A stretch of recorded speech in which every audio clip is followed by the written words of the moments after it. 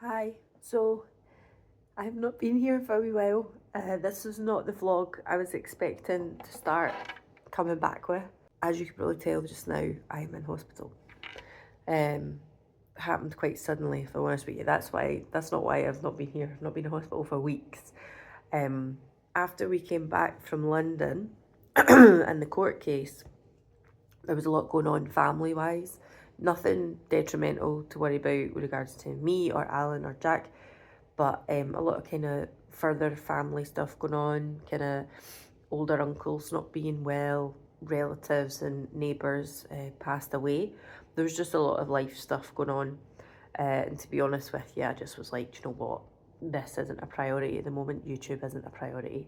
And you know I love YouTube. I even did film my faves and fails, and I just ended up not posting it. I started editing it, and I didn't post it because I just have had my head somewhere else. And now I find myself here in the hospital because I had a urine infection, which in normal typical situation, like, you know, it takes some cystitis relief sachets, it's gone, it's fine. But it wasn't really lifting. I ended up going on to antibiotics for it, oral antibiotics. But then quite quickly, it rapidly deteriorated.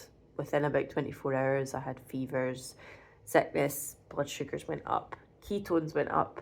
If people understand diabetes, you will know what I'm talking about. But for any of you who watch me that don't know, with diabetes, when your blood sugar goes really high to the point that it's caused by infection or something like that, sometimes you can end up with something called ketones in your blood. And I know people hear about ketones because they've heard people take raspberry ketones to help diet and all that kind of. It's not a good idea to take them. Do not do it. I would not advise it. Having ketones in your blood and urine and stuff is not good.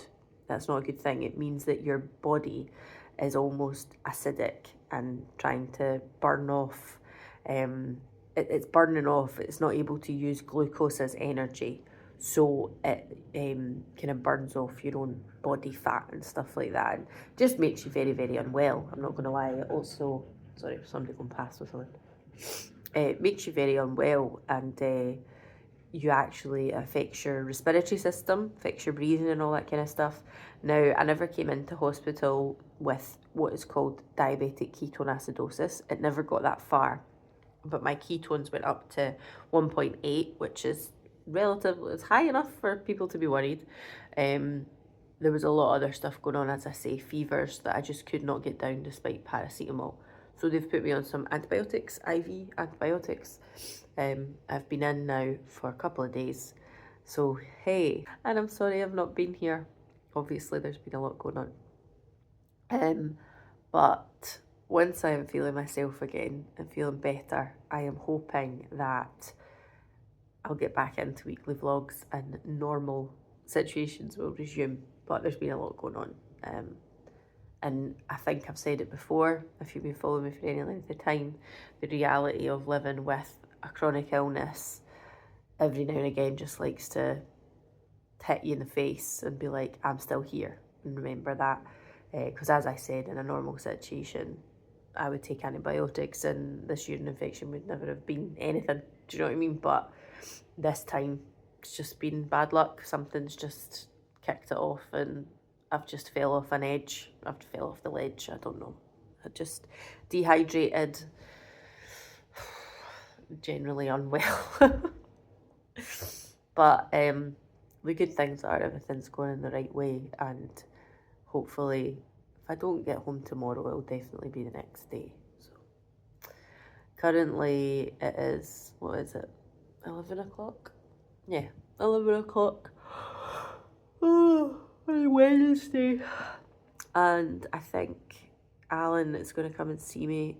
He is at work just now, and Jack's gran and pappy have took him. My mum had him yesterday. They've took him today, so they're going to bring him up so that I can see him. He quite likes coming to the hospital. Loves the ambulances. So I'll see him later today as well. But yeah, that's been life. Sometimes you just forget, even as a person who doesn't have a chronic illness, you forget how human we can be and how ill we can get and how quickly things can escalate. But when you do have a condition that infection then will make it more difficult to manage, it's just a realisation that it's tough sometimes. So please don't feel like you need to be like, oh my god, like, is everything okay? Like, I know, and I know what people it will be that will be like, oh my god, like, is everything alright? I'm fine. I wouldn't be making this video if I wasn't fine. I think I've said that before as well. Like, sometimes I have to get my head around things before I can share them with other people. I'm fine. It's just life. It's just what it is. It's just something that I've had to deal with, and it just so happens that this time a wee urine infection took a wee bit more of a hold, and it's meant that I've had to come into hospital and get some IV antibiotics. And, you know, in my lifetime it may happen again. For 25 years of having diabetes, I have to say, I think I've only ever been admitted to hospital with regards to my diabetes twice. In 25 years, that ain't so bad. So this will be the third time. That ain't so bad. I have obviously been admitted with other things. I think after Jack was born, obviously I was admitted with, we thought it was my heart, but it turned out to be my thyroid. So there has been other things. But in 25 years of having diabetes, I've only been admitted to hospital twice. So it's the third time. We'll take that. I don't think that's so bad. There's other people that are in and out all the time, problems. So we'll take that. I manage my diabetes really well. I look after myself. I do everything I can to make it livable. And it is livable. So yeah, please don't feel sorry for me. I suppose that's what I'm saying. It's hard. Just be aware. Again, that's what I'm trying to say. Don't feel sorry for me. I live with this. Just be aware of how hard it is for people with diabetes. This isn't something like people just think, oh, do you just stop eating sugar? Or did you eat too much sugar? Is that how you got it? Or have you got the high diabetes? Or have you got the low diabetes? Or have you got the bad diabetes because you have to take injections? That's not how it works. And just be aware of every single person's diabetes will be completely different for them, and it will be very individual to them. But it is a full-time job. It absolutely is a full-time job. Every single thing you're thinking about in your day, like, I don't just pick something up and eat it. I pick something up and I think, right, what has this got in it? And how many carbs has it got in it? And if it doesn't have that on the packet and I have to work it out and I don't have scales to work it out, I'm thinking about something that's been similar. Like, let's say you go into a restaurant and you get a plate put down in front of you, you've never had it before, but you're looking at it thinking that looks similar, or it's in a similar family to a grain or a rice, or, you know, it looks like it's this kind of a carbohydrate. It's a white rice. Is it a brown rice? Is it wholemeal? Is it, you know, my mind doesn't ever stop thinking. And even when you do everything right, sometimes it just bites you in the bum anyway when you're doing everything right. And that's kind of shit. And it's just very tiring. It just gets really, I didn't want to cry because that's stupid. But it just gets really tiring. And on top of, like, all the normal, everyday stuff people have. Jobs, lives, being parents, stresses, family stress, like all the normal stuff people have. It's just another job. And it's a job that a diabetic person, and I'm speaking specifically from type 1s, but I think probably most diabetic people, but it's a job that a diabetic person can't really forget about. You can't just do a half-assed job at it. So you do a half-assed job at it, then it is going to be worse. It's going to make your life worse. It's going to make your long-term condition worse. It's going to make your eyesight worse. It's going to make your other organs in your body, kidneys, all that kind of stuff will start to be affected by it. Your heart will be affected by it if you're not healthy. Having high blood sugars means that all of your kind of tiny little cells, your nerve cell, all these little bits in your body are affected and essentially damaged by having high blood sugars, because you're not supposed to have high blood sugars, because normal people who don't have diabetes have a body that manages that for themselves. So my body doesn't do that, so I have to do it. It's like, maybe with people who have breathing issues will feel similar. Like, nobody actually sits and thinks about breathing. You don't sit and think, I'm breathing in, I'm breathing out. You don't sit and think about doing that. Your body just does it. You just breathe. While you're talking, you just breathe. If we had to sit and think about it every time we were taking a breath, what what would you do the rest of your day? You'd just be thinking, in, out, in. Am I taking a big breath now? Am I taking a small breath? I'm climbing a hill now. I'll need to take a bigger breath. We don't think about it. This is something called homeostasis, I want to say. Like, it's just things that our body automatically does to keep that nice equilibrium of how things are meant to be in our body. And so blood sugars and your pancreas, and a certain part of your pancreas is the thing that's supposed to manage that. Mine doesn't work. So I do think about it, not every single second of the day, but a lot of the day I think about it, and have to think about it because my body isn't doing that for me. So that's why I'm saying, I wonder if people with breathing issues have a similar feeling. Like, do they think, oh God, I have to actually think about doing this?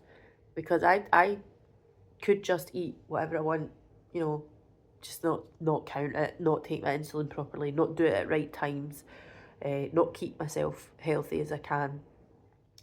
But ultimately, it will be me that fails for it. It will be me that ends up unwell for it, and unwell to the point that it is not worth, you know, you would feel like you maybe potentially might start to have diabetic retinopathy, which damages your eyes and your eyesight and not able to see properly. Might end up with diabetic neuropathy, which again is to do with nerve cells and stuff, and numbness in your feet. People always talk about diabetic foot ulcers and all that kind of stuff, because, you know, you don't feel it, so you get damage, and the body doesn't heal as well. It doesn't heal the way that body should because it's been damaged and the blood sugars have been so high. As I say, cardiovascular issues. I think one of the main things that any cardiovascular unit in the UK, for reasons for heart attack, I think one is like smoking, one is obesity, and maybe like the third one is diabetes. And I'm not putting them in that order. Like, diabetes might be the main reason. It's another reason why a lot of people don't get transplants if they need it. Because if you already have diabetes, then sometimes they might be like, well, you know, we could give you a new organ, but it's gonna be damaged by pretty bad blood sugars. And I think even if you're a well-controlled diabetic, it still would be a reason as to why they would question whether or not they would transplant you. It's a really serious thing. It's a really serious thing. It's actually one of the reasons why quite recently I had spoke on Instagram about how frustrated I am seeing people wearing these Zoe patches on the back of their arm, because as if it's a fad, as if like it's, oh, I'm gonna check my blood sugars and blah, blah. Your body does it for you. You don't fucking need that on the back of your arm. And there's people fighting for access to that technology in NHS services in the UK, fighting for it. And people are buying subscriptions for £300 a month and buying it when they don't even need it. Or people taking Ozempic to get skinny, and actual diabetics not having access to it because people want to be skinny. Don't even start me. Don't even start me. Just, I'm mentally exhausted. Mentally exhausted from fighting the fight, I think. Not with me personally. I'm mentally exhausted with my own diabetes, yeah. But mentally exhausted with people in general abusing the health service, which is me getting a bit deep and meaningful now, as being a nurse as well. Just mentally exhausted with people. Oh God, because they just don't take it seriously. Everybody thinks they're entitled to so much, and I think they abuse the system, and they don't realise like what a good thing they've got here in the UK. And I'm worried what will happen if people don't start taking heed.